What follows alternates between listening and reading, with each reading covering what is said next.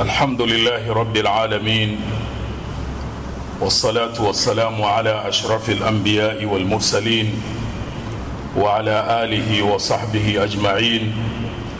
أما بعد، أوصيكم ونفسي بتقوى الله تعالى. Ndugu Waislamu, na wausieni pamoja na kuihusia nafsi yangu katika kumcha Mwenyezi Mungu Subhanahu wa Ta'ala, kwani hawajapata waja wa Mwenyezi Mungu kuhusiana jambo lililo bora kabisa kuliko hili la kumcha Mwenyezi Mungu Subhanahu wa Ta'ala. Katika sharia ya Kiislamu pana kitu kinaitwa hiba. Hiba ni zawadi, ni kitu anachotoa mtu kumpa mwingine bila ya kingine kinachotoka kwa yule anayepewa, sababu wakibadilishana hiyo inaingia kwenye biashara. Lakini mtu anapokuwa hai, ana akili zake timamu, akaamua mwenyewe kwa khiari yake kutoa mali yake, sehemu ya mali ile au yote au vyovyote itakavyokuwa, kumpa mwingine bila ya yule anayepewa kuwa ana kitu anawajibika kurudisha huku, kwenye sheria ya Kiislamu hiyo ndio inaitwa zawadi. Tofauti na wasia. Wasia nayo ina namna hii ya mmoja kutoa chake kumpa mwingine, lakini anayepewa atastahiki kumiliki kitu hicho na kuwa chake mara baada ya kuwa mtoaji amekufa. Na hiba anaitaja Mwenyezi Mungu katika Qur'ani kwenye Surah An-Nisa aya ya 4. Mwenyezi Mungu anatuambia baada ya Bismillahirrahmanirrahim, fa in tibna lakum an shay'in minhu nafsan fakuluhu hani'an mari'a. Nyinyi wanaume mkishalipa mahari, yule mwanamke akipokea mahari yake kisha akaamua kukupa mwenyewe kwa khiari yake zawadi, Mwenyezi Mungu anasema mkipewa hivyo, kuleni kiwashuke kwa raha kabisa, kwa sababu hicho mlichopewa ni halali kwenu kukitumia. Mwenyezi Mungu Subhanahu wa Ta'ala anatuambia katika Suratul Baqara aya ya 177, akizungumzia juu ya wema, kwamba wema ni kitu gani. Akasema wema ni kumwamini Mwenyezi Mungu, wema ni kuamini siku ya mwisho, wema ni kuamini malaika, wema ni kuamini vitabu, wema ni kuamini mitume. Lakini pia katika wema mtu kufanya wa atal mala ala hubbihi dhawil qurba wal yatama wal masakin wabna sabili wasailin. Katika wema ni mtu kutoa mali yake anayoipenda, akatoa zawadi yeye mwenyewe kwa khiari yake, kuwapa ndugu zake wa karibu, mayatima, masikini, wasafiri walioharibikiwa kwenye safari zao, na wale wenye kuomba. Ikachukuliwa hapa pia kwamba hii inazungumzia pia zawadi, hiba. Bwana Mtume sallallahu alaihi wasallam yeye akatuambia njia hii ya kupeana zawadi inajenga mapenzi kati yetu, pale aliposema tahadu tahabu, peaneni zawadi mtapendana. Lakini pia aliwaambia wanawake wa Kiislamu, akawaambia ya nisa almuslimat, enyi wanawake wa Kiislamu, la tahqiranna jaratun lijaratiha, jirani asimdharau jirani mwenziwe. Wanazuoni wakafasiri kwamba jirani asizuie, asikatae zawadi anayopewa kutoka kwa jirani mwenziwe hata kama ni kidogo, na jirani asijizuie kutoa zawadi kumpa jirani mwenziwe hata kama ni kidogo. Yote haya yakionyesha nafasi ya kutoa zawadi, hiba, ilivyotambulika, kukubaliwa ndani ya dini yetu ya Kiislamu. Mwenyezi Mungu atujalie tuwe miongoni mwa waja wake waliowema. والله سبحانه وتعالى يقول فإذا قرأت القرآن فاستعذ بالله من الشيطان الرجيم أعوذ بالله من الشيطان الرجيم. بسم الله الرحمن الرحيم. فإن طبنا لكم عن شيء منه نفسا فكلوه هنيئا مريئا. صدق الله العظيم.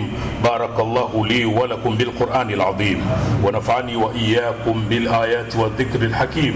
أقول قولي هذا استغفر الله العظيم لي ولكم فاستغفروه إنه هو الغفور الرحيم وهو البر الكريم. الحمد لله. الحمد لله رب العالمين والصلاة والسلام على أشرف الأنبياء والمرسلين وعلى آله وصحبه أجمعين. أما بعد أوصيكم ونفسي بتقوى الله تعالى. Ndugu Waislamu, na wausieni pamoja na kuihusia nafsi yangu katika kumcha Mwenyezi Mungu Subhanahu wa Ta'ala, kwani hawajapata waja wa Mwenyezi Mungu kuhusiana jambo lililo bora kabisa kuliko hili la kumcha Mwenyezi Mungu Subhanahu wa Ta'ala. Swala la zawadi, hiba, ni jambo zuri linalokubalika katika Uislamu na si lazima, imewekwa ni khiari. Lakini jambo hili linazidi uzuri wake pale linapofanywa kwa ndugu wa karibu, kwa sababu ndani yake inapelekea kutekeleza kile alichokiamrisha Mwenyezi Mungu cha kuunga udugu. Bwana Mtume sallallahu alaihi wasallam ametufunza tukipewa zawadi basi turudishe kitu kwa yule aliyotupa, kama hatuna hata kwa kumuombea dua. Imepokewa kwa Bwana Mtume sallallahu alaihi wasallam alikuwa akipokea zawadi na akiwaombea dua wale wanaotoa zawadi zile.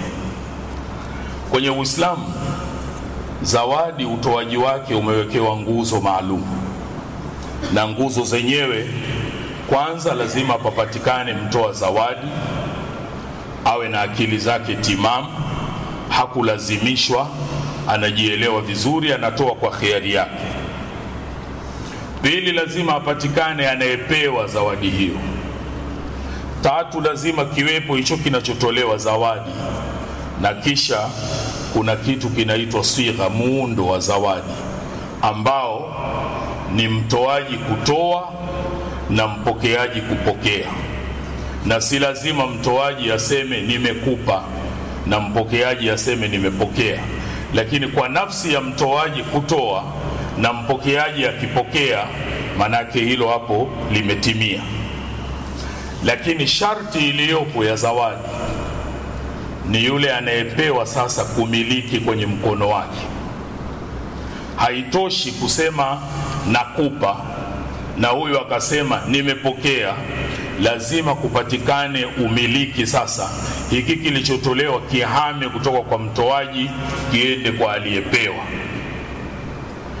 Ikiwa huyu kasema nimetoa na mpokeaji akasema nimepokea, lakini utaratibu wa kuhamisha bado haujafanyika katika kipindi hicho, mtoaji anao uwezo wa kurudisha alichokitoa na akakitumia kwenye namna nyingine, na haambiwi kuwa kakosea. Hawezi, taratibu hazimruhusu kurudisha alichokitoa mara baada ya kuwa aliyompa amekwisha pokea na uhamisho ule umekamilika, tayari kiko kwenye umiliki wa aliyepewa. Utaratibu huu ndio utaratibu uliowekwa kwenye Uislamu, kwamba ukishatoa na uliyempa akishapokea, kiko kwenye milki yake, haifai kurudi tena kuchukua ulichotoa. Bwana Mtume sallallahu alaihi wasallam anasema, la yahillu lirajuli, si halali kwa mtu yoyote, ayu'ti atiyata, kutoa zawadi, au yahiba hiba, au akatoa zawadi vile vile, fayarji'a fiha, kisha akarudi kwenye zawadi aliyotoa. Mtume sallallahu alaihi wasallam anafananisha mtu huyu akifanya hivi, ubaya wa hicho anachokifanya, kamathalil kalbi, ni kama mfano wa mbwa, yakulu, anakula kitu, fa idha shabi'a, kisha shiba, qaa, anatapika, thumma ada fi qaihi, kisha anarudi kwenye matapishi yake. Nafasi ya kurudisha kilichotolewa kikiwa kwenye milki ya aliyopewa, amepewa mzazi peke yake, kwamba mzazi anaweza kutoa kwa mwanawe na bado baada ya kuisha kutoa anaweza kuchukua tena akarejesha. Jambo hili ni muhimu sana tukalifahamu, kwa sababu tunatoa karibu kila siku, lakini je, tunatoa kwa taratibu za sawa sawa? Wakati mwingine unataka kutoa zawadi lakini unaiweka kwenye mfumo wa wasia. Chochote unachotoa, kumpa mwanao, kumpa mke, au kama mke kumpa mume, kisha ukakiwekea kwamba atachukua uliyempa baada ya wewe kufa, hiyo sio zawadi, huo ni wasia. Una utaratibu wake na una kiwango maalum, isizidi theluthi. Lakini kwenye zawadi hakuna kiwango. Kinachozingatiwa ni kufanya uadilifu. Kama unatoa kwa watoto wako, fanya uadilifu kwa wanao. Usimpe mmoja wengine wasipewe, usimpe mwingine zaidi wengine wakapata. Ili mradi kufanya hivyo utatengeneza magomvi na hasama kwa watoto wako. Ndio maana Bwana Mtume sallallahu alaihi wasallam anasema, ittaqullaha, mcheni Mwenyezi Mungu, waadilu baina auladikum, na fanyeni uadilifu kati ya watoto wenu. Kutoa ni jambo jema, lakini lazima liendane na taratibu na miongozo aliyotuletea Bwana Mtume sallallahu alaihi wasallam. Kisha tukaambiwa mtu akitoa kabla hajachukua aliyopewa mtoaji akafariki, ule mkataba ule waliofunga wa kupeana au haribiki, isipokuwa mrithi wa mtoaji atasimamia jambo lile kwenye namna mbili: ima kuendeleza katika kumpa aliyepewa, au kuzuia kutotoa tena. Yeye ndio itakuwa iko kwake yeye. Wanazuoni wanatuambia yeye atasimamia kwenye kutoa, kwenye kuzuia au kuruhusu kutoa. Kwa hivyo ni lazima tuyaelewe.